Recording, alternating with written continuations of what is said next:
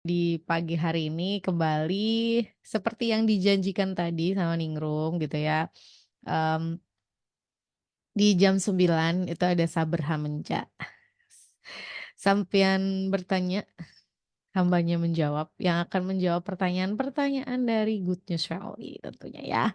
Dan bersama dengan Ibu Evangelis Elizabeth Philip yang akan menjawab pertanyaan-pertanyaan dari semuanya. Termasuk pendingan pertanyaan dari minggu lalu. Jadi yang mau nanya silakan boleh kirimkan melalui WhatsApp di 081225225949 atau 081575 800 949. Nirus apa dulu ya? Nirus sudah terhubung melalui aplikasi Zoom nih.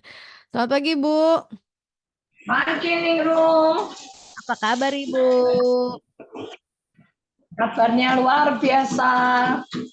Eh, sudah di Semarang, Bu? Baru mau berangkat. Salah pertanyaan saya nih. Hati siaran ini mau ke Medan. Oh, Ningrum yang salah menangkap. Kemarin nih tahunnya Ibu udah di Medan gitu loh. Oh, ternyata baru mau berangkat hari ini. Oke Nanti deh. jam 12. Oh, gitu. Makanya Ningrum tanya, Ibu di mana nih? Gitu ya. Ibu udah sampai Iya. Semarang, ternyata baru mau berangkat. Saya yang salah. Oke, buat Anda, Good News Family, seperti tadi ya janji saya ya, sampai setengah 11 memang. Tetapi karena seringkali kan pertanyaan Anda pengennya dijawab lagi, terus nyambung lagi gitu ya. Kalau nanti mepet waktunya, udah mau selesai, itu nanti apa ya, jadi nggak kejawab gitu loh, ada pertanyaan nggak kejawab, ada kita butuh konfirmasi apa nggak kejawab gitu kan. Nah makanya sekarang aja tanyanya gitu kan.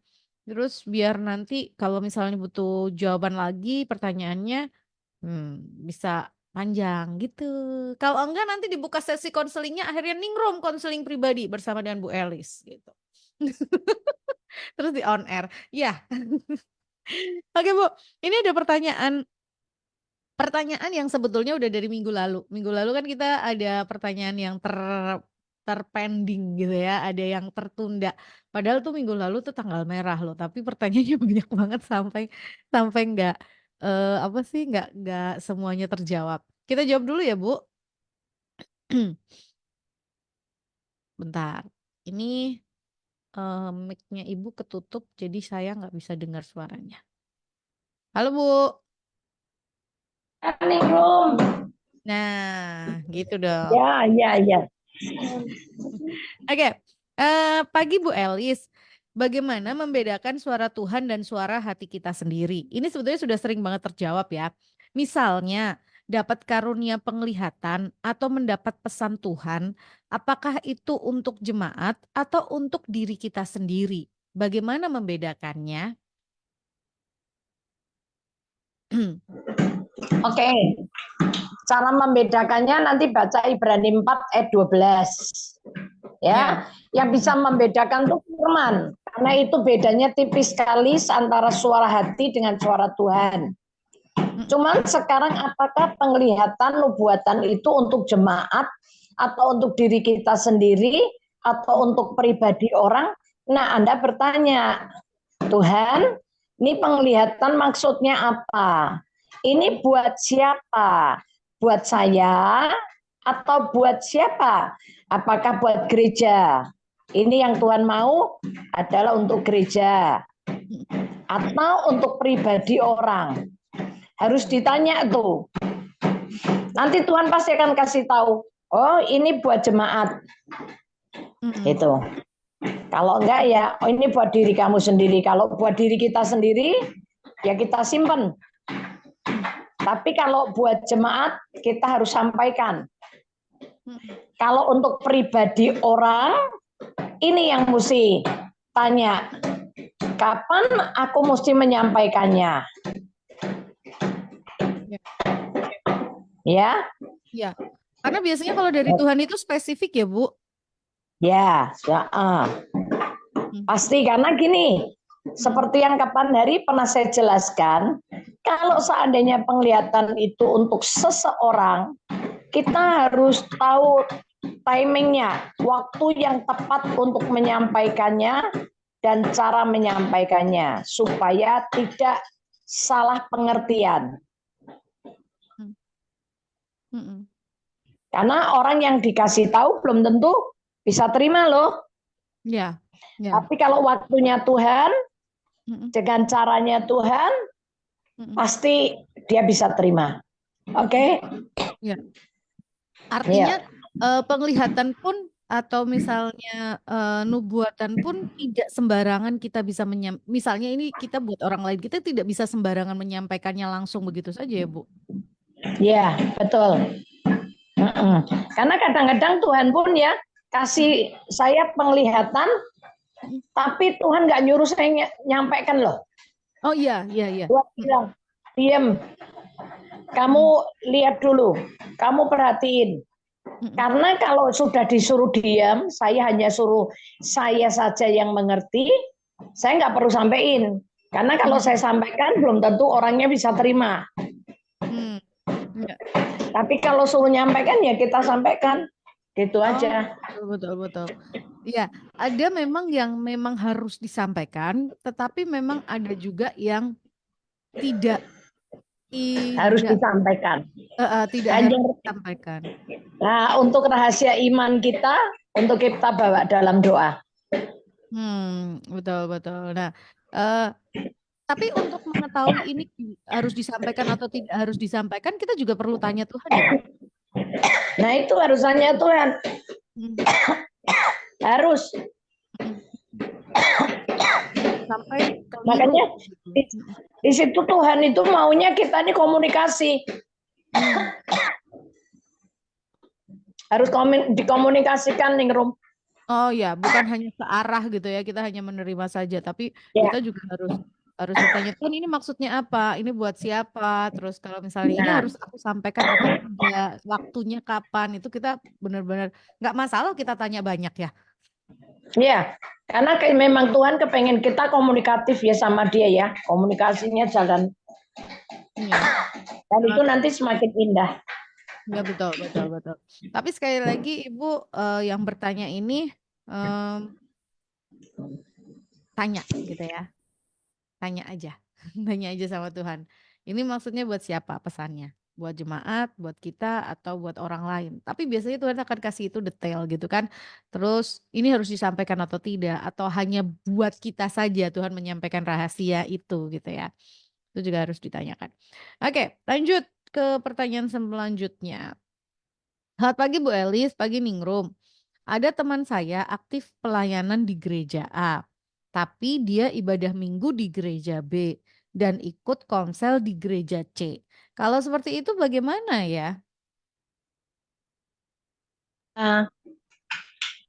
Sebetul-betulnya gimana ya, asal dia tumbuh.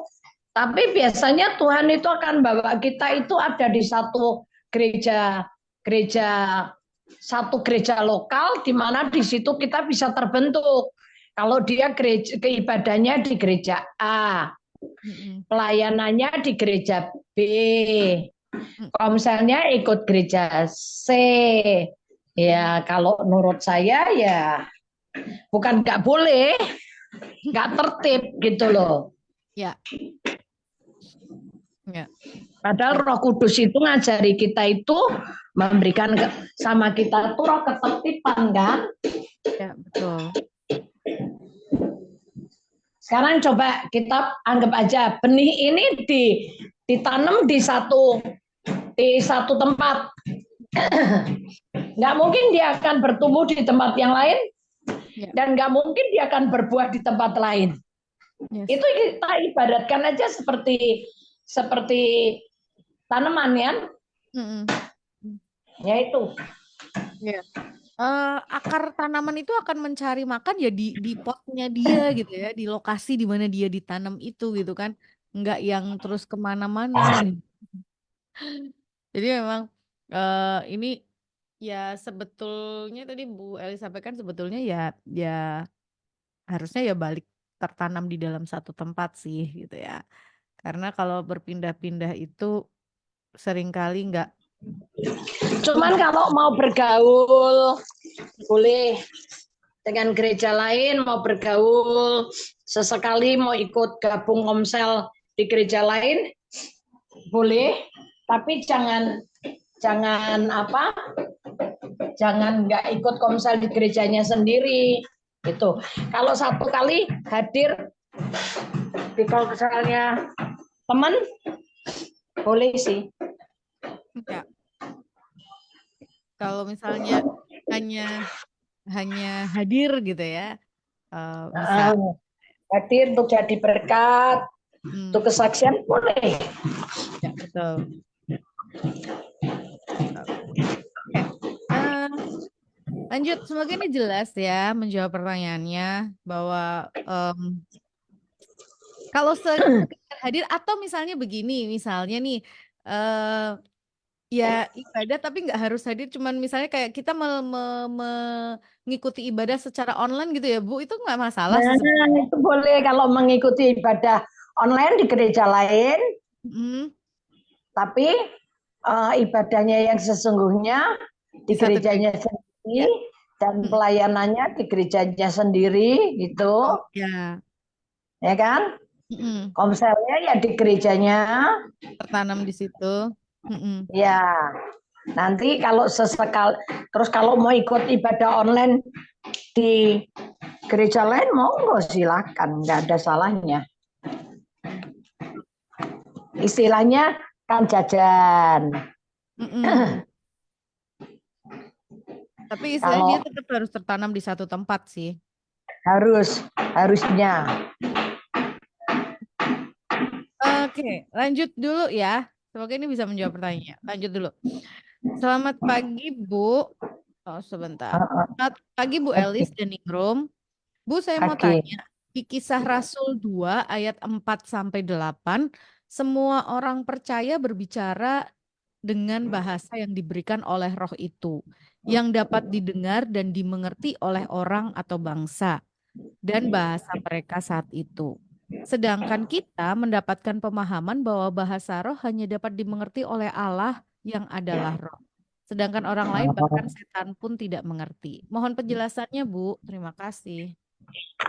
Bahasa ini yang dimaksudkan kisah para rasul 2 sebetulnya itu terbagi sonolali dan glosolali. Bahasa Tuhan memberikan kepada mereka bahasa-bahasa baru menurut Roh Kudus, itu yang dibilang adalah yang sonolali. Hmm. Itu yang sonolali ya. Mm-mm. Yang sonolali itu misalnya begini. Ningrum Mm-mm. tiba-tiba bisa berbahasa Itali Oke. ketika bahasa roh. Mm-mm. Mm-mm. Gitu. Mm-mm. Ya. Terus saya yang nggak bisa bahasa Arab, tiba-tiba saya bisa bahasa Arab. Mm-mm. Oke. Terus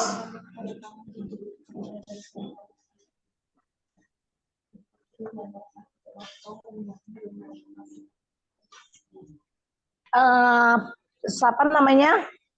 Misalnya yang lain tiba-tiba berbahasa Mandarin, sehingga orang Cina yang ada di situ ketika dengar bahasa Mandarin itu dia ngerti nih artinya, dia ngerti artinya. Terus orang Arab yang ada di situ tahu nih apa yang saya ngomongin. Terus orang Italia yang ada pas di situ dia tahu tuh apa yang sedang diomongin sama Ningrum. Mm-mm. Gitu. Ini bahasa namanya sebetulnya sonolali, bahasa baru yang kita nggak pernah belajar, tapi tiba-tiba kita bisa mahir berbahasa itu. Mm-mm. Nah, kalau yang tidak dimengerti, yang tahu cuma Tuhan seperti yang dikatakan 1 Korintus 14, bahwa seorang yang berbahasa roh adalah dia sedang berbicara dengan Allah dengan bahasa rahasia yang diri kita sendiri nggak ngerti, itu glosolali. Glosolali, Bu. Ya, glosolali. Hmm. Bahasa roh yang benar-benar manusia nggak ngerti artinya. Kita sendiri yang ngomong nggak ngerti artinya apa. Hmm. Itu ada di dalam 1 Korintus 14 ya, Bu. Iya. Ada itu. Ini. Ya. Mau ngambil ke sini. 1 Korintus 14 ayat yang Iya, kedua kedua. ya. Saya bacakan. Hmm. Siapa yang berkata-kata dengan bahasa roh tidak berkata-kata kepada manusia tetapi kepada Allah. Sebab tidak ada seorang pun yang mengerti bahasanya. Oleh roh ia mengucapkan hal-hal yang rahasia. Nak 647. Betul toh? Yap. Yang ngerti cuma Allah. Ini glosolali. Ya. Kalau yang tadi di Kolose 2, kalau di Kisah Para Rasul 2 itu fonolali. Bahasa-bahasa lain yang kita nggak pernah belajar, tapi kemudian oleh roh kita diberikan kemampuan untuk berbahasa itu ya, Bu.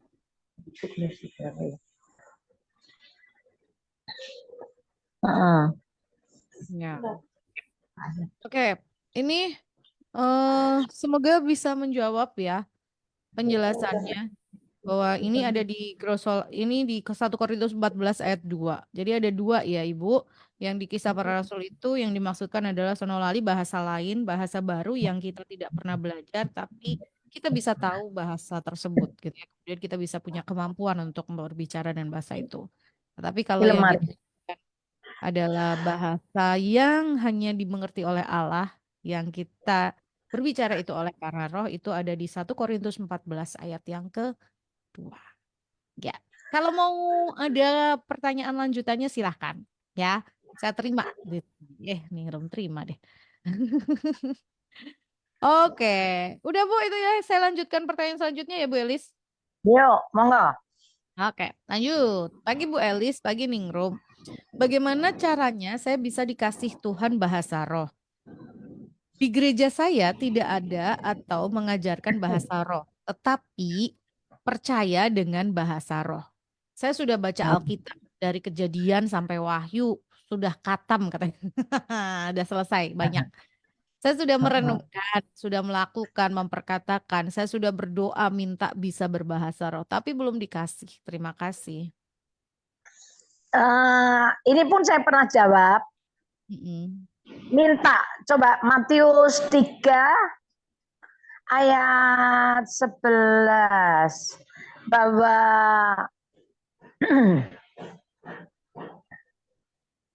Matius Yesus baptisan air dilakukan oleh manusia, tapi baptisan api dan Roh Kudus itu yang melakukan Yesus. Matius 3 ayat berapa? 11 kah? Ayat 11, Bu. Oke. Aku membaptis kamu dengan air sebagai tanda pertobatan, tetapi Ia yang datang kemudian daripadaku lebih berkuasa daripadaku, dan aku tidak layak melepaskan kasutnya. Ia akan membaptiskan kamu dengan Roh Kudus dan dengan api.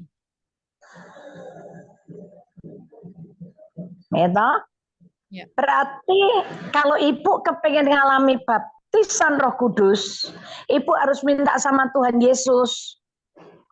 Di Lukas berapa kemarin ya, Ningrum 11 atau 9? Yang mintalah dan kamu akan diberi. Bapak manakah yang minta anaknya roti dan memberinya 11, batu? Bu. Ya, ayat 9 mulai ya. Ayat 9 mulai. Oleh karena itu aku berkata kepadamu, mintalah maka akan diberikan kepadamu. Carilah maka kamu akan mendapat. Ketoklah maka pintu akan dibukakan bagimu. Karena setiap orang yang meminta menerima, dan setiap orang yang mencari mendapat, dan setiap orang yang mengetok baginya pintu dibukakan. Bapa manakah di antara kamu jika anaknya minta ikan daripadanya, akan memberikan ular kepada anaknya itu ganti ikan? atau jika ia minta telur, akan memberikan kepadanya kalajengking. Jadi jika kamu yang jahat tahu memberi pemberian yang baik kepada anak-anakmu, apalagi Bapamu yang di sorga, ia akan memberikan Roh Kudus kepada mereka yang meminta kepadanya. Nah, jelas. Jadi Ibu kalau kepingin minta sama Tuhan Yesus, dan seperti ayat ini katakan kalau Ibu minta, Ibu akan menerima. Kalau Ibu minta Roh Kudus, Tuhan akan kasih Roh Kudus. Ya, minta aja sama Tuhan Yesus. Ibu, Bu Elis, ini Ibu ini tadi sudah menulis begini. Saya sudah berdoa minta bisa berbahasa roh. Apakah karena dia memintanya hanya bahasa rohnya saja, bukan meminta Roh Kudus itu ya, Bu? Oh iya, itu bahasa roh itu karunia-Nya kok.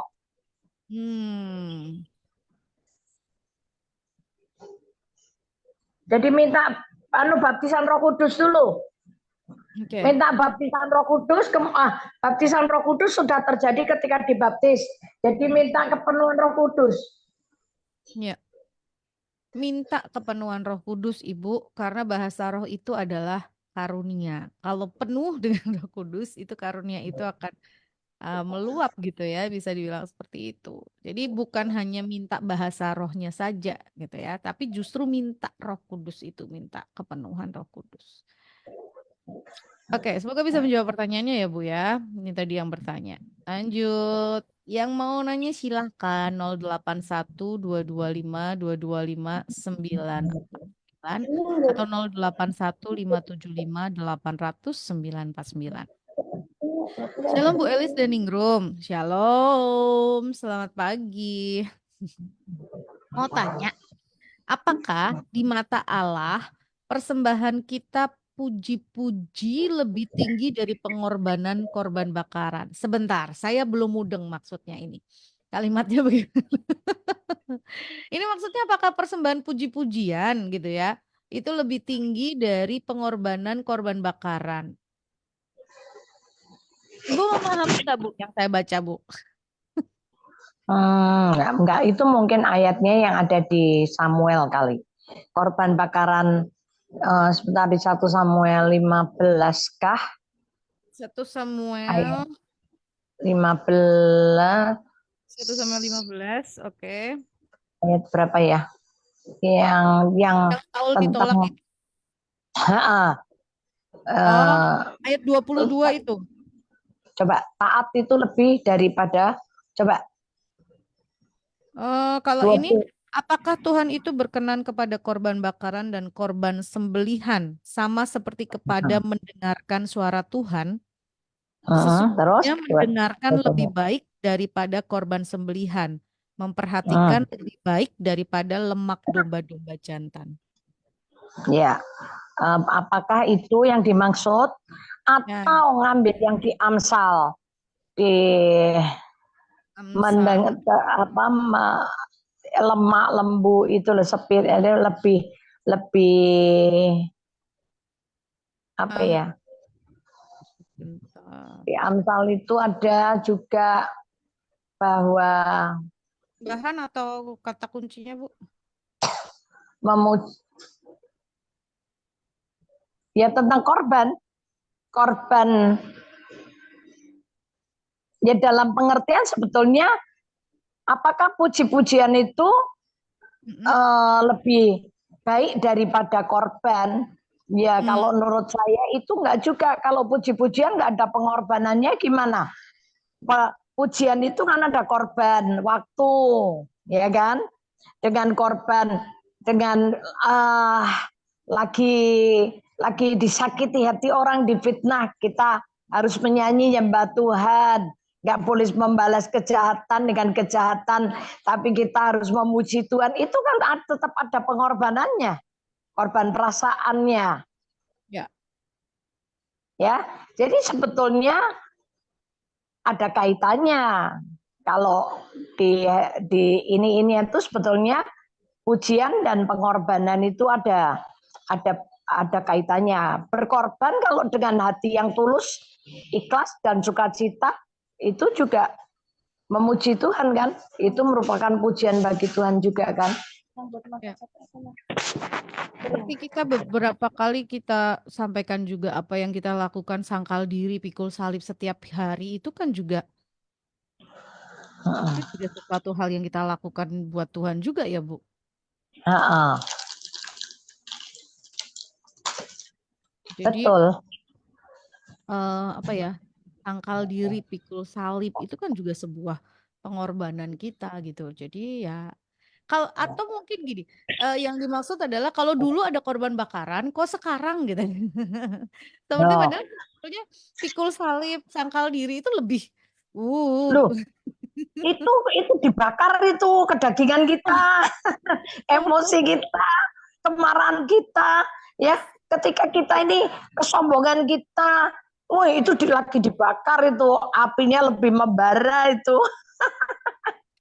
coba bayangin ya gitu family, bayangin begini, ketika kita emosi gitu ya, ketika kita pengen marah, terus kepala itu udah panas, panas banget, Iya, udah pengennya mau marah, meluap udah gitu ya, tiba-tiba Roh Kudus timbun-timbunan. bilang diam, gitu tuh rasanya, Nah, umum, rasanya umum. itu rasanya tuh kayak yang gitu kan, udah mau nangis, udah mau nggak ngerti lagi udah harus gimana gitu ya. Jadi ya itu tadi, itu Kenapa? justru jauh lebih gitu ya dibanding dari hanya mengorbankan. Korban bakaran itu kan kita membawa gitu ya, dibakar selesai gitu. Tapi justru apa yang kita lakukan hari-hari ini tuh malah justru sesuatu yang Yang dibakar lemaknya lembu dan sapi, kambing kayak itu kan domba. bahkan Kalau cuma ini lemak kita sendiri, pengorbanan kita, perasaan kita. betul, betul. Emosi lah, terus apa ya, penundukan diri gitu ya, merendahkan apa sih segalanya semua. Wow, itu sih. Kalau kita bisa melakukan itu tuh luar biasa sih sebetulnya. Oke, em, semoga bisa menjawab pertanyaannya ya. Ini yang tadi bertanya. Lanjut. Pagi Ningrum, pagi Bu Elis. Kalau ada orang Kristen miskin, apakah faktornya karena dia nggak rajin bekerja atau ada kemungkinan memang rencana Tuhan seperti itu? Terima kasih. Hah? Yang ngajarin siapa ini? Ya, ada orang Kristen miskin, apakah dia tidak rajin bekerja, ataukah memang Tuhan menghendaki gitu? Heeh. Oh, enggak lah ya. Tuh gini, ada orang itu rajin kerja lo ya, Mm-mm. rajin sekali kerja, Mm-mm. tapi memang dia dalam pengertian kalau dibilang miskin itu pasti enggak. Karena kalau dibilang miskin tuh dia enggak punya apa-apa. Tapi kalau dia hidup sederhana, tapi dia masih bisa makan, masih bisa segalanya itu sebetulnya juga enggak miskin loh ya. Dia Ya. bisa bantu orang lain, dia kerja bantu neneknya, ngidupin orang tuanya yang sakit, dia mesti ngirit-ngirit, sebetulnya itu enggak miskin menurut saya. Itu justru jiwanya tuh kaya. Yes. Karena miskin dan kaya ini bukan bicara tentang aset loh ya. Bukan Ya. berapa puluh rumahmu, berapa banyak mobilmu, berapa banyak duitmu. Bukan. Tapi kaya dan miskin ini bicara tentang mental, Betul. jiwa. Mm-mm. Ada orang kaya, jumlah duitnya banyak, asetnya banyak, tapi serakah, masih kepengen memiliki miliknya saudaranya, masih kepengen ngambil haknya temannya, masih kepengen ngambil hartanya temannya. Itu tuh miskin. Tapi ada orang yang sederhana, tapi wow, bisa bantu orang. Mm-mm. Itu menurut saya, menurut Alkitab itu kaya. Nah, kita lihat di Amsal 30. Jangan berikan aku kekayaan dan kemiskinan. Sebentar, ayat yang keberapa itu?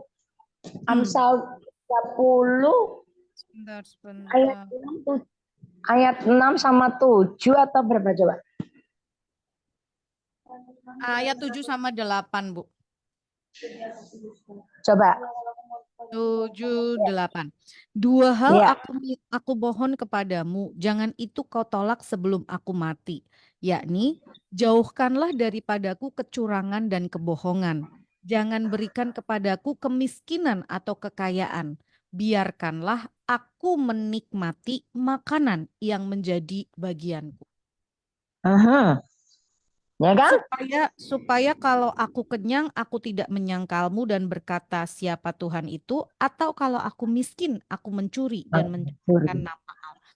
Nah itu sebetulnya Tuhan nggak mengendaki orang miskin tuh juga Tuhan nggak kepengen, karena rancangan Tuhan dalam hidup kita bukan kecelakaan kok, rancangannya damai sejahtera, kasih kita hari esok yang penuh pengharapan. Jadi kalau miskin nggak mungkin. Nah, cuman ini Amsal ini pinter. Dia minta supaya jangan dia dibuat dia miskin atau kaya. Sehingga kalau miskin dia memalukan Tuhan, tapi kalau dia kaya dia bisa menyangkal Tuhan gitu kan. Tapi dia minta buat aku bisa menikmati apa yang menjadi roti yang menjadi bagianku. Cukup kan? Rasa cukup kan ini berarti. Nah, ini doanya Yesus, Bapak kami. Berikan kepadaku hari ini makanan kami yang secukupnya. Kata cukup itu bicara tentang mental lagi. Sudah rasa cukup. Nggak gerangsang gitu loh. Nggak kepengen yang ini lagi, aku pengen begini. Nggak ada rasa puasnya. Nggak. Ya cukup.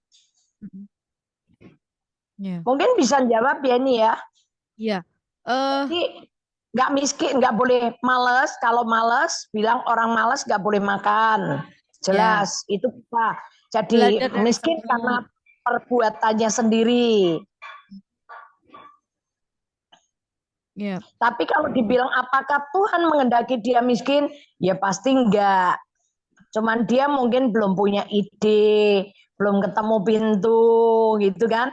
Saya ketemu dengan banyak orang yang tadinya sampai jadi papa angkat saya sendiri ya. Itu dulunya tuh seorang nelayan. Terus dia kerja jadi supir angkot. Tapi karena dia rajin, satu hari itu dia ketemu sama orang yang dipakai Tuhan buka pintu. Sampai hari ini dia jadi konglomerat. Orang yang luar biasa, tapi dengan kekayaannya, Papa angkat saya ini juga jadi berkat bagi banyak orang. Kalau ketemu orang miskin tuh, semua orang miskin tuh dikasih duit sama dia. Gitu. Jadi enggak lah, belum ketemu jalan aja, ya. Dan ini kalau ngomongin apa ya tadi miskin ya, mungkin kita mengira dia kok kayaknya orangnya hidupnya berkekurangan, tapi jangan salah, mungkin si orang ini yang kita kasihani malah justru dia punya hati yang bersyukur karena keadaannya, bersyukur karena dia bisa makan hari ini misalnya seperti itu. Itu sekali lagi kembali lagi kepada apa sih isi apa ya mindsetnya dia juga gitu ya. Tadi seperti Bu Elis jawab di awal, bahkan kadang orang yang kaya masih merasa kurang, itu malah justru miskin sebetulnya gitu kan. Tapi orang yang ini, tapi dia merasa bahwa itu adalah yang sudah Tuhan kasih, itu adalah berkat yang terbaik, itu juga satu hal yang luar biasa. Oke, semoga menjawab pertanyaannya. Kalau mungkin ada yang mau ditanyakan lagi dari topik ini, silahkan kirimkan pertanyaannya lagi ya di 081225225949. Shalom Elis dan Ingrum. Apa yang dimaksud dari 1 Korintus 13 ayat 8? Saya buka dulu ya. 1 Korintus 13. Oke. Kasih. 1 Korintus 13 ayat 8. Ini spesifiknya ayat 8 ya. Kasih tidak berkesudahan. Nubuat akan berakhir, bahasa roh akan berhenti, pengetahuan akan lenyap. Ya. Yang ditanyakan apa? Di antara nubuat, apalagi tadi? Bahasa roh. Bahasa roh. Pengetahuan. Dan yang satunya lagi apa? Pengetahuan. Ya. Dibanding 3 hal itu, yang terutama tuh kasih yang harus kita miliki. Kita bisa bernubuat, kita bisa berbahasa roh, kita punya marifat, pengetahuan, tapi kalau kita nggak punya kasih, semuanya itu sia-sia. Ya. Karena kasih itu abadi, kasih itu Allah kok. Kalau hati kita punya kasih, berarti itu tandanya Allah ada dalam diri kita. Kita tinggal di dalam Allah. Ya, itu yang akan kita bawa sampai kita ketemu Allah lagi di surga. Itu kekal. Tapi kalau yang bernubuat, bisa nubuatin orang, tapi hatinya penuh dengan iri, dengki, nggak bisa ngampuni, orang bisa berbahasa roh, aduh berbahasa rohnya luar biasa indahnya, tapi sombong, suka menghakimi orang, ya, suka gosipin orang, ya buat apa? Terus kita bisa lagi punya pengetahuan banyak, tapi kalau sudah pengetahuan itu dipakai untuk jelek-jelekin orang, ngomongin orang, untuk terus memfitnah orang, loh itu semua juga nggak ada gunanya. Karena harus ingat loh, bernubuat, berbahasa roh, dan punya marifat atau pengetahuan, ini untuk membangun jemaat loh. Tujuannya, karunia-karunia ini untuk membangun jemaat loh. Nah kalau nggak punya kasih, gimana? Nggak bisa. Jadi, kalau Anda punya kasih, itu luar biasa. Tapi kalau Anda dikasih karunia bernubuat, berbahasa roh, dan karunia pengetahuan, bagus, indah, itu untuk mempercantik jemaat. Tapi Anda ingat, Anda harus punya kasih. Kalau Anda ada kasih, itu semuanya nggak ada gunanya. Coba lanjutin ayat itu di bawahnya, Ningrum 9-nya Ningrum. Sebab pengetahuan kita tidak lengkap dan nubuat kita tidak sempurna. Lihat, orang punya pengetahuan ya, misalnya pendeta. Banyak orang bilang ini, oh pendeta tuh hebat, dia ngerti aku loh. Pertanyaan saya, dia ngerti berapa persen tentang kita? Paling itu tidak lebih dari 10%. Ya. Misalnya itu pendeta tuh bernubuat sama kita. Pertanyaan saya, semua kagum. Wah hebat nubuatnya begini-begini. Pertanyaan saya, berapa persen nubuatan yang dia bisa ngerti tentang kita? Nggak ada 100%. Enggak. Terbatas semuanya. Pengetahuan kita terbatas. Yang tahu diri kita tuh ya Tuhan dengan diri kita sendiri. Ya. Makanya saya bilang gini, jangan bersandar dengan doa kelepasan seorang hamba Tuhan. Kita bisa melepaskan diri kita sendiri. Caranya, Anda yang tahu isi hati Anda. Hatimu penuh dengan dengki, benci, cemburu, bimbang, ragu, cemas, gelisah, resah. Ya kan? Nggak bisa ngampuni. Oh, Anda punya apalagi kecemburuan, punya pelit. Ya, yang tahuan kita sendiri. Kalau saya ya tak cabuti diri sendiri. Tak bersihkan diriku sendiri. Nangkep ya? Nangkep ya? Ya udah, oke. Tuhan berkati. Semoga jelas dan buat Anda gitu ya yang ini. Kalau buat Ningrum jelas banget sih ini bahwa kasih itu yang terutama. Tapi sekali lagi kasih ini bukan apa ya hanya buat saya mengasihi orang yang baik sama saya, enggak loh. Kasih ini adalah yang semuanya gitu kan, menjawab semuanya. Oke, kalau ada yang mau kirimkan pertanyaan lagi silakan. Masih panjang waktu kita, masih sampai jam 1:30. Wih, jam 1 Ibu, jam 12 flight. Ya maksudnya saya terbang melayang. Bisa ditelepon-telepon itu. Iya. Oke, lanjut. Lagi Bu, teman saya berkali-kali curhat sama saya. Tapi kadang curhatannya justru bikin saya merasa tertuduh, Bu. Saya nggak tahu apa maksud dia curhat sama saya dan jujur saya juga bingung harus menanggapinya dengan bagaimana. Terus saya harus gimana ya, Bu? Maksudnya curhat apa nyindir? Nah, Maksudnya gimana? Ini berarti sih dia curhat ngomong tentang curhat, tapi justru buat yang dicurhatin tuh merasa tertuduh.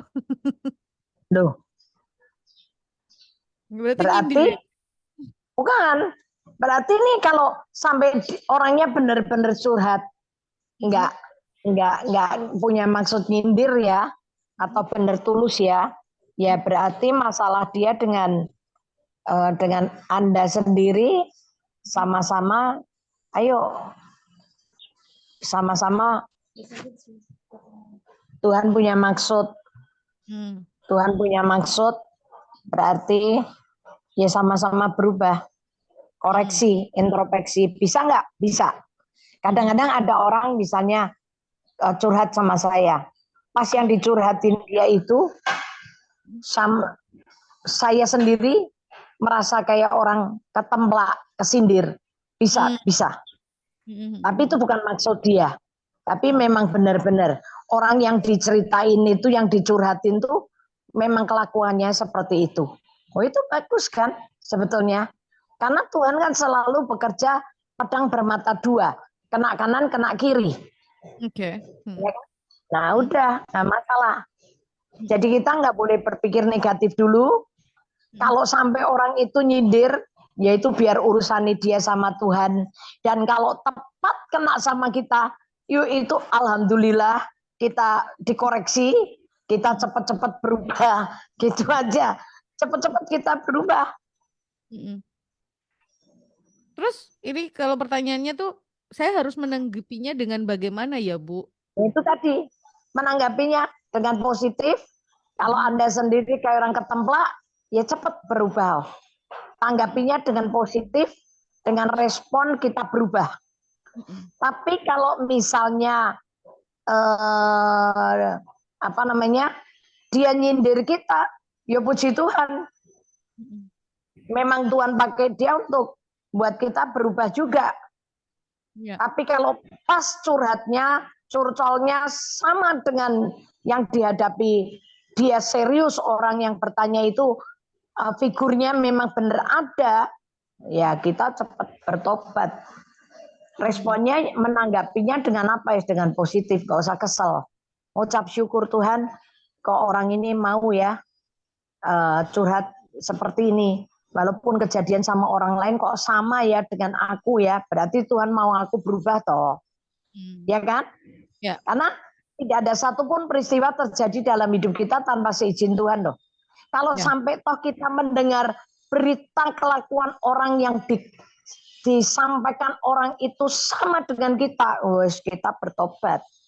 Mm. Ya. Enak kok, simple. Simpel. Jangan dibikin rumit, jangan dibikin Ya. eh, Kemarin tadi malam tuh ada pertanyaan gini, orang sama saya.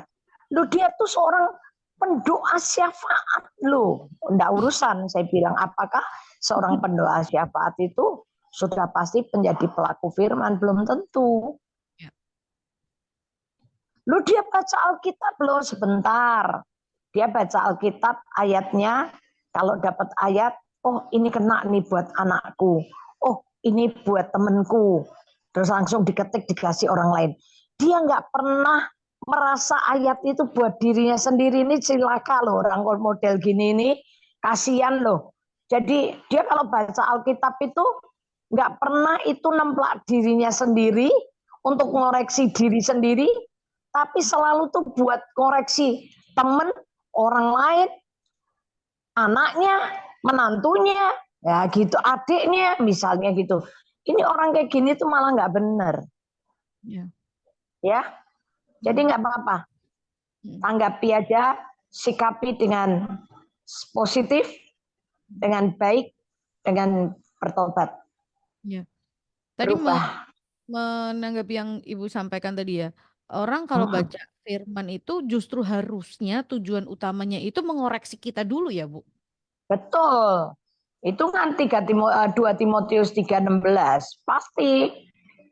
Itu untuk menyatakan kesalahan diri kita sendiri kok, bukan untuk orang lain. Ya. Maka Buat saya kalau dapat firman, saya pakai buat diriku sendiri, setelah saya jalani, berhasil, baru saya khotbah ke tempat lain. Saya cerita ke orang lain. 2 Timotius 3:16 Ningrum. Ya, 2 Timotius 3 ayat 16, segala tulisan yang diilhamkan Allah memang bermanfaat untuk mengajar, untuk menyatakan kesalahan, untuk memperbaiki kelakuan, dan untuk mendidik orang dalam kebenaran. Yes. Ya. Jadi kalau misalnya Anda dapat gitu ya baca di dalam pembacaan kita firman Tuhan ada satu ayat yang kena banget dalam diri Anda yaitu terus perkatakan terus renungkan itu terus menerus dan lakukan gitu ya Bu ya. Iya, iya. Jangan terus kemudian oh ini buat dia, oh ini buat si itu gitu. Bukan buat kita. Iya. Kita dulu nih yang harusnya bilang oh ya Tuhan ini buat saya gitu. Iya. Iya.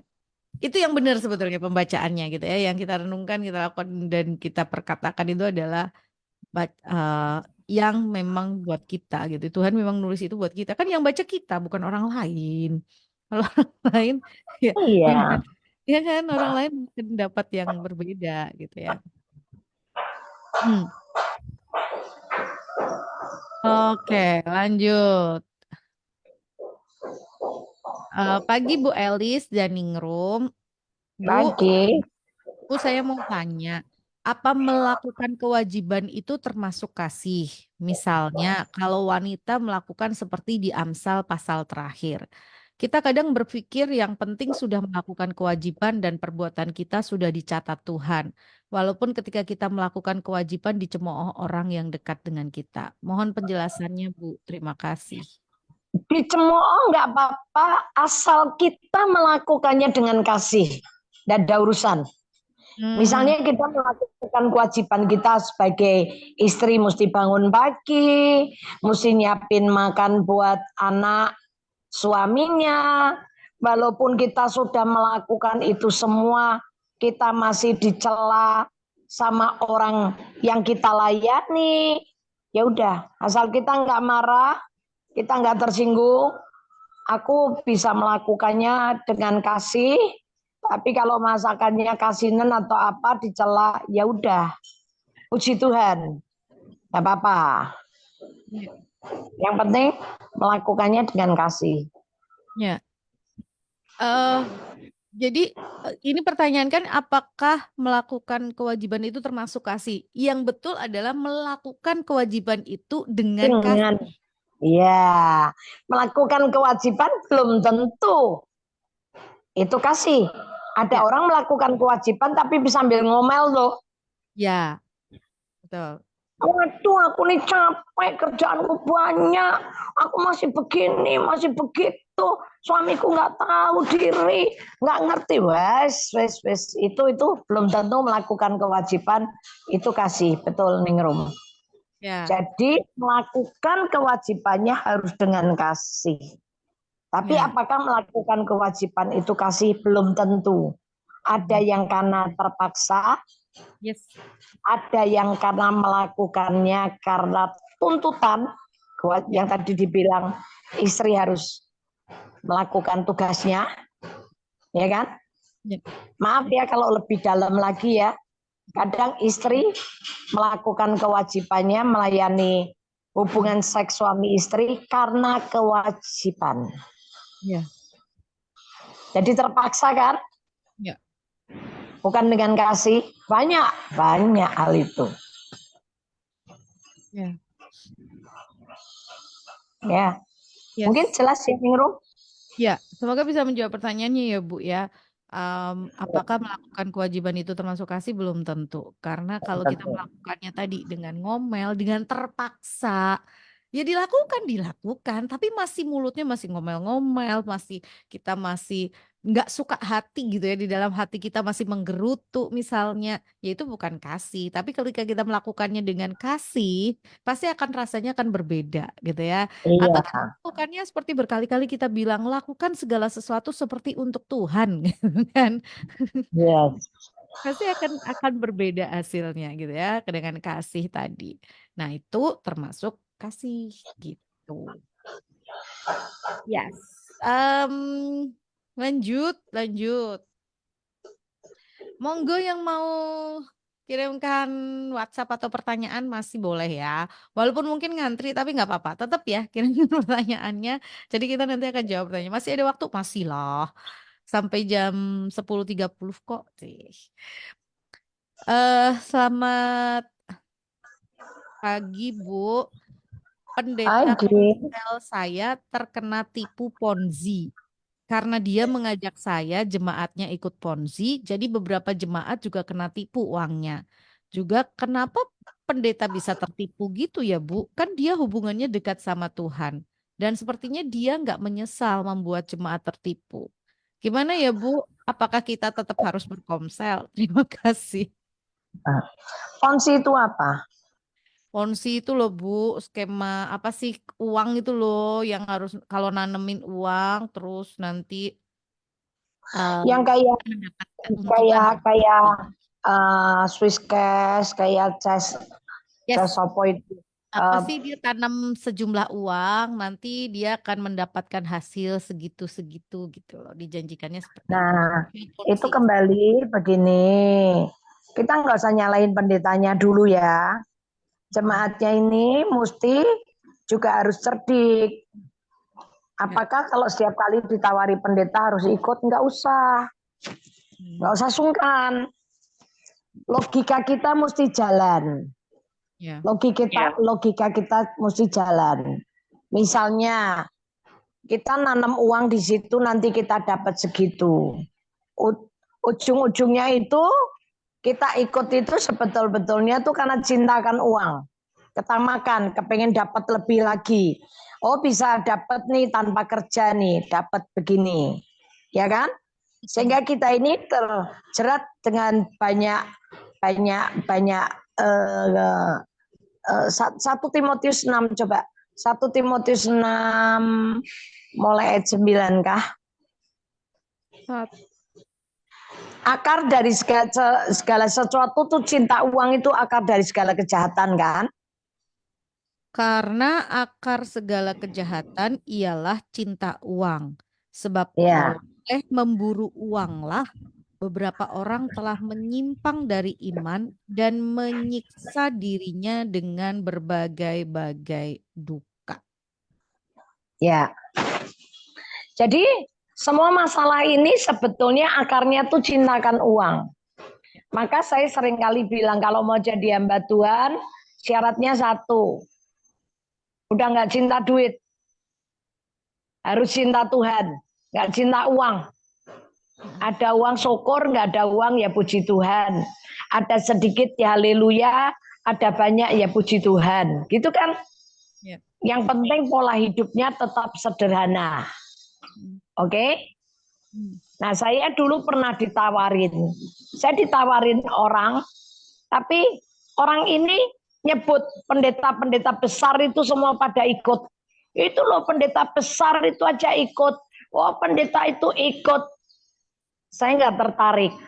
Saya bilang biarin mereka ikut, saya nggak mau ikut. Dan saya nggak ikut. Dan ternyata banyak yang terkena. Yang ngalami kerugian tuh banyak. Yang pertama kali dapat banyak dilipat kalikan lagi, dapat lagi, dilipat kalikan, dapat lagi. Amblas, akhirnya amblas. Wes amblas, hilang kabeh. Nah, baru akhirnya nyesel.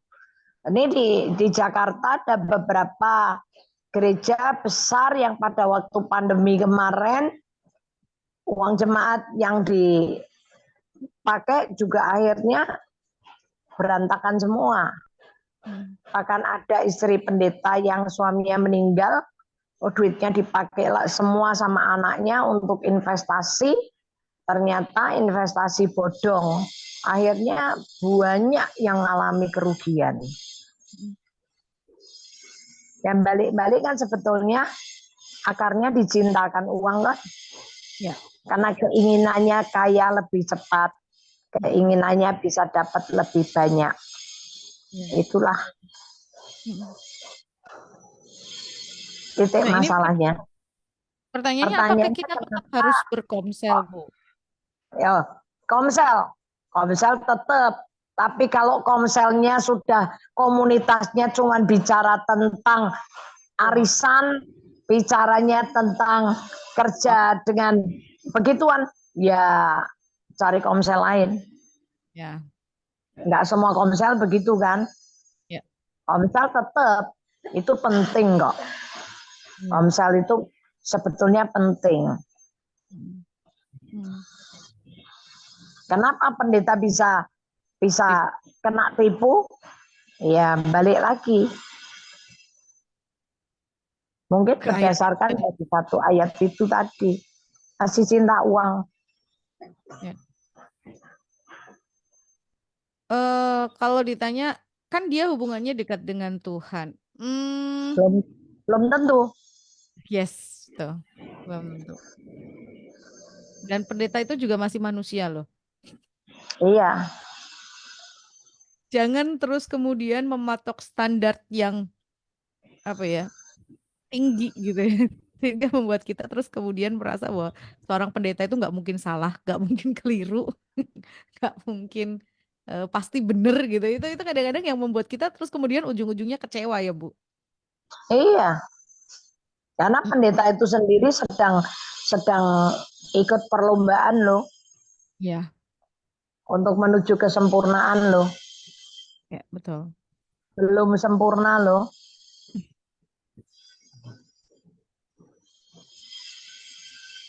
Jadi kalau ini pertanyaannya kenapa pendeta bisa tertipu gitu? Ya karena kan masih manusia gitu kan. Balik lagi ngomongnya masih manusia. Hubungannya dekat sama Tuhan. Kalau ditanya kan dia hubungannya dekat sama Tuhan. Ini kata siapa gitu. Kalau kata siapa? Belum tentu kata siapa. Hanya karena penilaian. Ya, betul. Kalau hanya karena penilaian kita ngomong dia dekat sama Tuhan gitu. Ya belum tentu. Ini kata siapa? Kata-kata kita. Kan belum, kita nggak ngerti juga gitu ya kesehariannya seperti apa gitu kan. Karena penilaian kita orang dekat sama Tuhan itu karena orang itu suka berdoa, orang itu pengen. Belum tentu.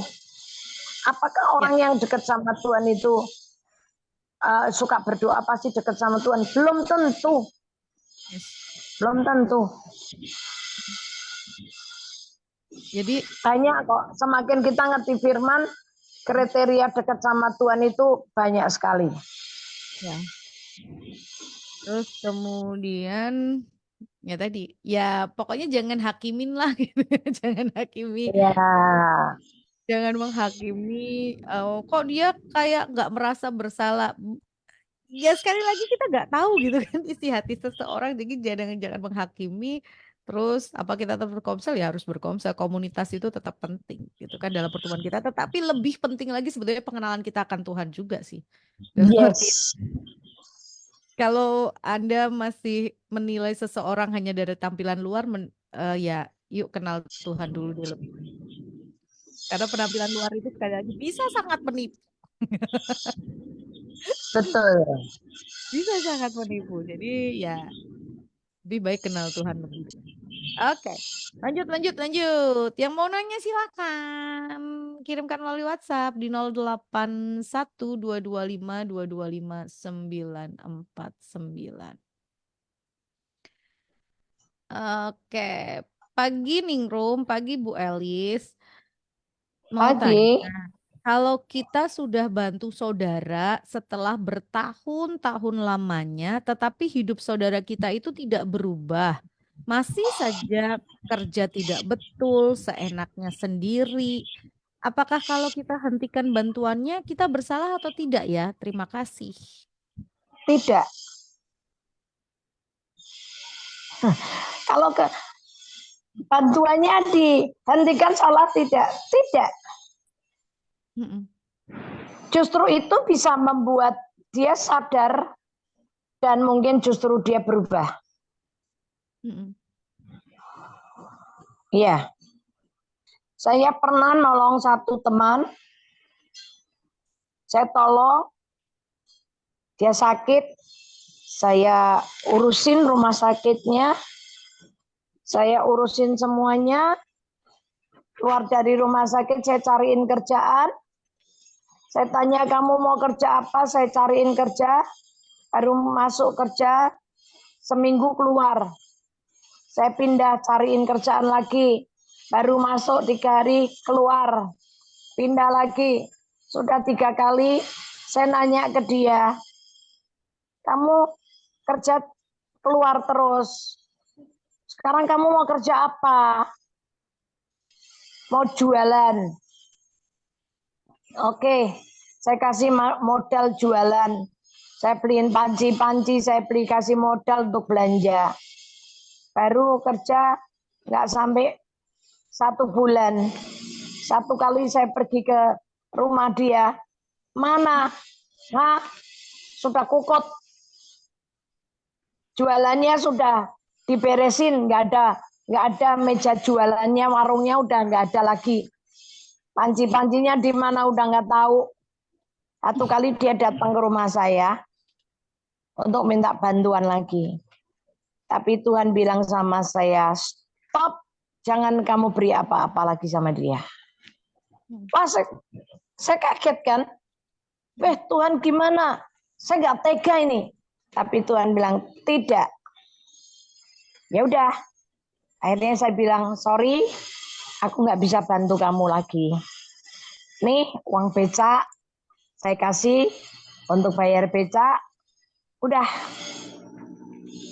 Dia marah sama saya, Ningrum. Ketemu di gereja, aku diludahin. Ya nggak apa-apa. Saya puji Tuhan aja. Itu pahala saya diludahin sama dia. Saya marah nggak? Biarin aja, cuman ludah aja, terus saya cuci aja ke kamar mandi. Saya bersihin badan saya. Udah. Saya nggak bantu lagi. Yang kedua, 1 kali Tuhan tegur lagi juga, bantu orang, tapi tiba-tiba saya diingetin sama metamorfosa, perubahan dari ulat ke pompong jadi kupu-kupu. Tuhan bilang, kalau kamu nggak tega, kamu tolong ulat ini keluar dari kepompongnya, berarti kamu membuat dia lumpuh. Kamu tidak akan membuat dia terbang bagaikan kupu-kupu yang cantik. Enggak. Karena justru ada di dalam kepompong itu baik. Karena dia geliat, dia mengepak-ngepakkan sayapnya supaya kepompongnya hancur, terbuka sehingga dia bisa terbang. Itu ternyata gerakan itu membuat darah masuk ke sayap-sayap kupu-kupu itu. Sehingga kupu-kupu itu bisa terbang tinggi.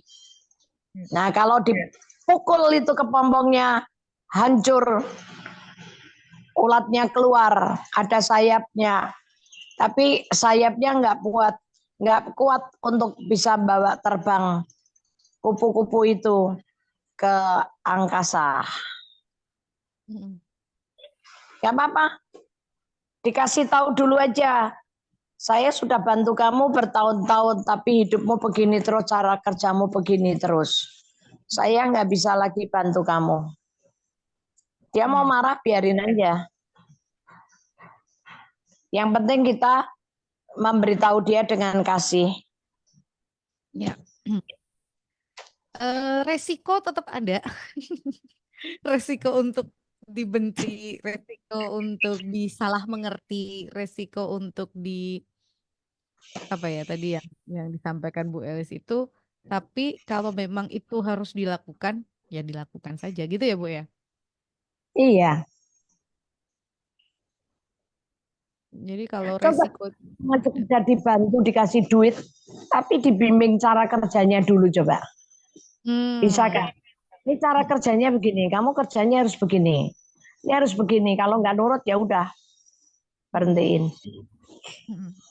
Atau semacam kayak dikasih peringatan gitu ya dalam artian ini saya bantuin terus dibimbing pelan-pelan gitu kan. Kalau memang masih kok nggak bisa gitu ya itu tadi. Ada stepnya tadi seperti yang Bu Elis Ya. sampaikan ada step by stepnya. Tadi Bu Elis juga sampaikan udah dikasih modal. Oh kok ternyata malah nggak bisa gitu ya.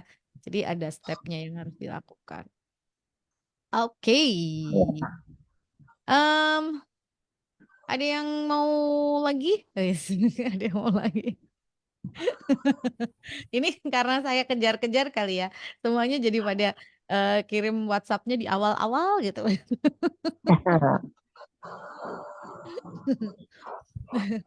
Ini random sekali bahasan kita hari ini. Cukup Upahmu komplit. besar di surga, Kenapa, Bu? mengejar-ngejar.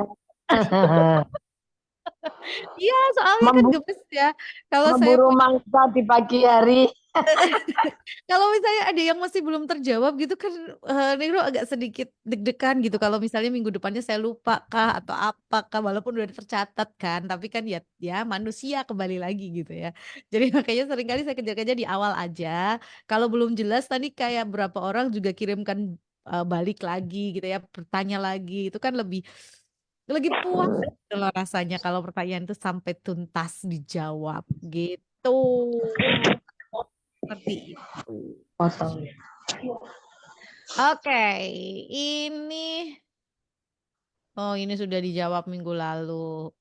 Oh, ini Ibu udah jawab tadi. Tapi sekali lagi ya, Gudu Syawli, kalau mau tanya silakan di 081 225 225 949 atau 081 575 800 949.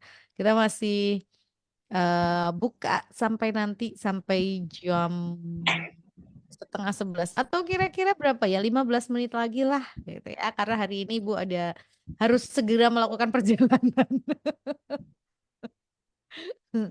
Jadi buat yang mungkin mau tanya sekarang atau sudah cukup tanyanya. Yes. Tadi Ningrum ngancamnya nanti sesinya sesi konseling pribadinya Ningrum sama Bu Elis tapi di on airin nggak enak banget gitu ya. Ningrum yang konseling sendiri akhirnya. Aduh. Nah, Iya. oke, lanjut lagi. Selamat pagi, Bu. Saya mau tanya, saat kita mempunyai persoalan, kapan sih seharusnya kita datang kepada hamba Tuhan atau pendeta untuk konseling? Atau sebetulnya kita bisa saja menyelesaikannya sendiri? Terima kasih. Kalau tidak ada satu keharusan Anda datang kepada seorang hamba Tuhan dan kapan harus datangnya, kalau Anda bisa menyelesaikannya sendiri dengan Tuhan, alangkah baiknya. Hmm, Itu tandanya Anda dewasa. oke. Gini, justru pertanyaannya gini, kapan saya harus datang ketika ngadepi masalah? Kapan saya datang ke Tuhan? Cari Hmm, Tuhannya secepat mungkin. Begitu ada masalah, cepat cari Tuhan. hmm, Cepat ingat ada Tuhan. Jangan seperti murid-muridnya. hmm. Yesus ada di perahu, Tidur. ada di buritan, didiemin aja. Murid-muridnya berusaha menyelesaikan masalahnya sendiri. Kalang kabut, kewalahan, nggak terselesaikan, masalahnya semakin banyak. Baru ingat, ada Yesus tinggal di buritan. Ya kan? Ya. Ya terlambat. Kalau saya ya secepat mungkin, Hmm, sedini mungkin di awal kita punya masalah langsung ambil keputusan cari Tuhan. Itu tepat. hmm, Karena ketika kita mengakui Tuhan dalam segala laku kita, secepat kita cari Tuhan, secepat itu masalah kita akan selesai. Jadi nggak perlu mesti datang ke pendeta. Dan nggak harus konseling ke pendeta, nggak harus. Akhirnya pernyataannya harus dibalik. Iya, Renanya dibalik. Pertanyaan dan pernyataannya adalah ketika persoalan terjadi, bukan cepat-cepat cari pendeta, tapi cepat-cepat cari Yesus. Gitu ya, Bu? yes, betul. Mm, mm. Kenapa sih pada senang cari pendeta? Kenapa sih nggak lebih senang cari Tuhan? Cari pendeta susah. Kadang-kadang cari Tuhan seketika detik ini juga dia bisa, dia hadir, dia ada. Cari pendeta kadang ngantri 1 bulan lagi, 2 bulan lagi. Aduh, puji Tuhan. Ya. Ya. Itu memang seharusnya ditanyakan gitu ya. Kenapa sih senang Iya, cari, kenapa nggak senang cari Tuhan gitu? iya, iya. Cari Tuhan aja. Terus dengerin firman tiap hari. Minggu kebaktian, tengah minggu. Terus dipraktekin langsung. Wah, itu luar biasa loh hasilnya loh. Anda enggak perlu bawa pisang goreng. Anda cari pendeta nggak perlu cari roti, bawa buah. Oh, cari Tuhan aja gratis loh.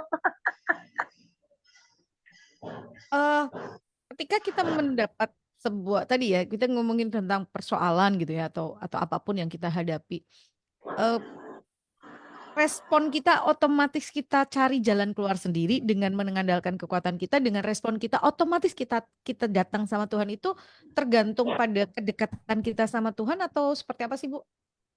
Iya, iya, pasti. Karena di Yeremia 17 itu orang yang mengandalkan manusia dan mengandalkan kekuatan diri sendirinya dikatakan yang hatinya jauh dari Tuhan. Yeremia 17 ayat 5. Itu jelas, ini rangkaian. Orang yang suka ketika ngadepi masalah, andalin kekuatan diri sendiri, andalin manusia termasuk pendeta. Nah itu ayat 5. Beginilah firman Tuhan, terkutuklah orang yang mengandalkan manusia, Mengandalkan manusia. yang mengandalkan kekuatannya sendiri, Tuh, dan yang hatinya menjauh daripada Tuhan. hatinya menjauh daripada Tuhan. Justru dari masalah ini nanti kita akan ketahuan sebetulnya hati kita ini dekat sama Tuhan atau jauh dari Tuhan. Ya. Kalau kita cari manusia lebih dulu, cari pendeta, cari teman, ya, ya sudah, itu sudah jelas hatimu jauh dari Tuhan. Kemarin ketika saya di Bandung minggu lalu, saya dari Jakarta naik bus ke Bandung. Nah, ketika naik bus, anak saya ketakutan. Karena kecepatannya 351 ya. Baru turun ke 340 gitu. Dari 355 turun ke 351, turun lagi ke 341. Dia ketakutan. Misalnya begitu. Yang kedua, pas di Bandungnya lagi tidur nih. Gempa. Oh iya. Gempanya itu hotelnya tuh temboknya miring ke kanan ke kiri, goyang. Itu terus di lantai, saya untung nggak terlalu tinggi di lantai 6. Saya di lantai 6 dan itu goncangnya tuh bener-bener kerasa banget ya.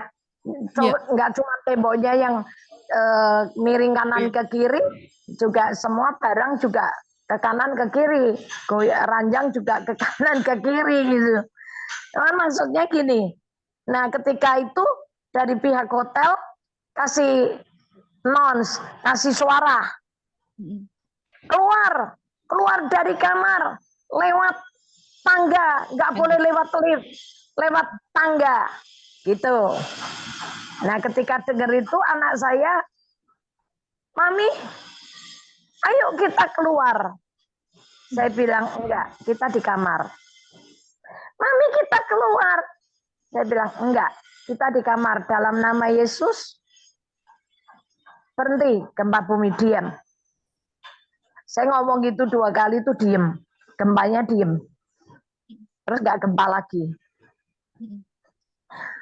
Itu di dalam kamar saya itu ada anak saya dan ada tukang pijat saya. Oh, di kamar lain teman saya lagi tidur 2 orang, keluar juga. Keluar masuk keluar kamar bingung, lihat ke kanan ke kiri. Saya di kamar dan saya tetap di atas di tempat tidur. Saya bilang enggak, kita di kamar tidur. Mami ini goyang. Enggak, tidur. Diam dalam nama Yesus. Diam. Gempa tenang. Diam. Terus tukang pijatnya diem.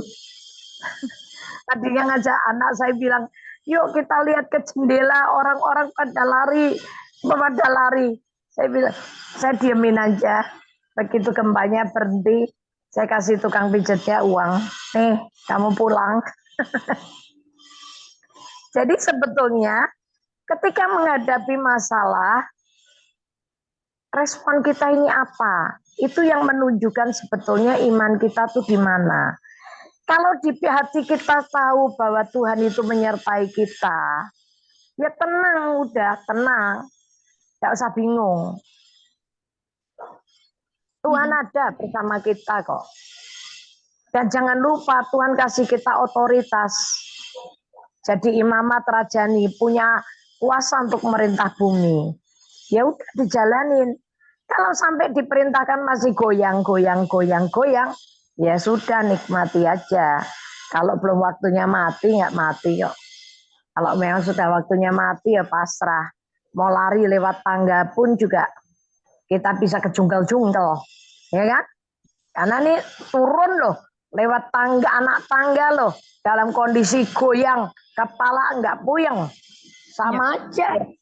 Kalau saya ya udah, disitulah saya cuman ingat Immanuel, Tuhan menyertai saya.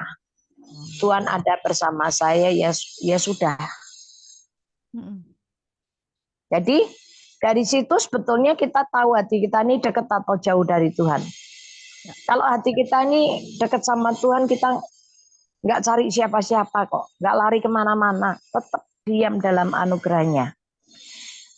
Yesaya juga dikatakan dengan tinggal diam dan percaya. Bertobat ding ya. Coba Yesaya 15 ayat 30 atau 30 ayat 15.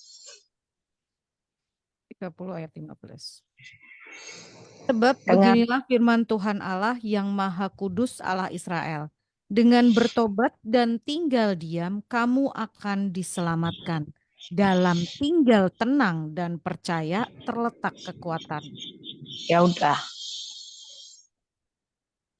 Belum selesai. Tetapi kamu enggan. Ini belum selesai ternyata ada satu. Kamu enggan. Tapi kamu enggan. Nggak mau.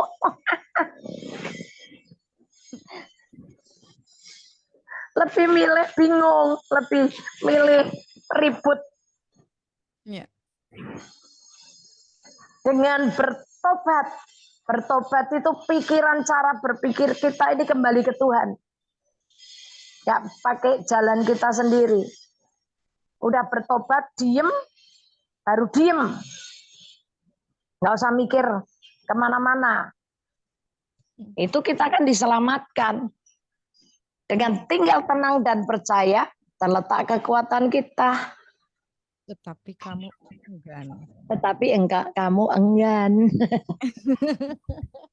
Oh ya wes, wong hidup itu pilihan, pilihan di tangan kita kok ya, mau milih ngandalin selesaikan masalah kita sendiri atau memilih menyelesaikan masalah bersama Tuhan. Ya, betul. Yap. Ini udah 10.23, tapi saya harus mengakhiri hari ini itu on time. Yes. Karena saya harus pergi. Karena Ibu harus segera perjalanan ke bandara, kalau enggak. Iya, iya. Oke, Oke. jadi kalau masih ada WhatsApp, ini saya simpan dulu ya. Nanti saya baca atau dijawab di minggu yang akan datang. Ya, karena memang ini full loh, 1,5 jam itu pertanyaan semua loh ini hari ini. Saya nggak jadi Yes. sesi konseling pribadi loh. Ditunda ningrum, waktunya Judulnya nggak ningrum. apa-apa. Oke, ya, Ibu terakhir Bu, pesan buat pendengar atau Good News Family Bu. Tadi pagi itu tiba-tiba saya bilang gini, dapat tiba-tiba Tuhan ngomong gini, kalau orang itu mau kuat, apakah dia seorang yang suka berdoa? Bukan. Orang yang suka berdoa itu bukan orang yang kuat. Tapi orang kalau mau kuat, seperti Matius 7 katakan, dengarkan firman dan lakukan. Maka hidup Anda akan seperti orang yang membangun rumah di atas batu. Ya. Kena hujan, banjir, angin, nggak akan roboh. Ya. Tapi kalau kita hanya dengar dan tidak melakukannya, kita seperti bangun rumah di atas pasir. Ujiannya sama, datang hujan, banjir, dan angin. Rumah itu roboh. Jadi bagaimana kita bisa mendengar firman, membaca dengan bersuara, sehingga telingamu dengar firman, renungkan, perkatakan supaya kokoh dan teguh, lakukan. Maka bangunan rumah Anda tidak akan tergoncang dengan situasi apapun. Dan Anda akan melihat kemuliaan Tuhan. Tuhan Yesus berkati ya. Amin. Sampai ketemu minggu depan. Sampai ketemu minggu depan Ibu, terima kasih. Hati-hati di jalan, Tuhan berkati perjalanannya. Ya, terima kasih buat Anda Good News Family dimanapun Anda berada. Mohon maaf untuk beberapa WhatsApp yang belum bisa terjawab, tapi saya janji saya akan catat dan kita akan jawab di minggu yang akan datang ya. Terima kasih untuk kebersamaannya di hari ini. Selamat melanjutkan aktivitasnya, tetap semangat dan tetap penuh antusias. Sampai jumpa.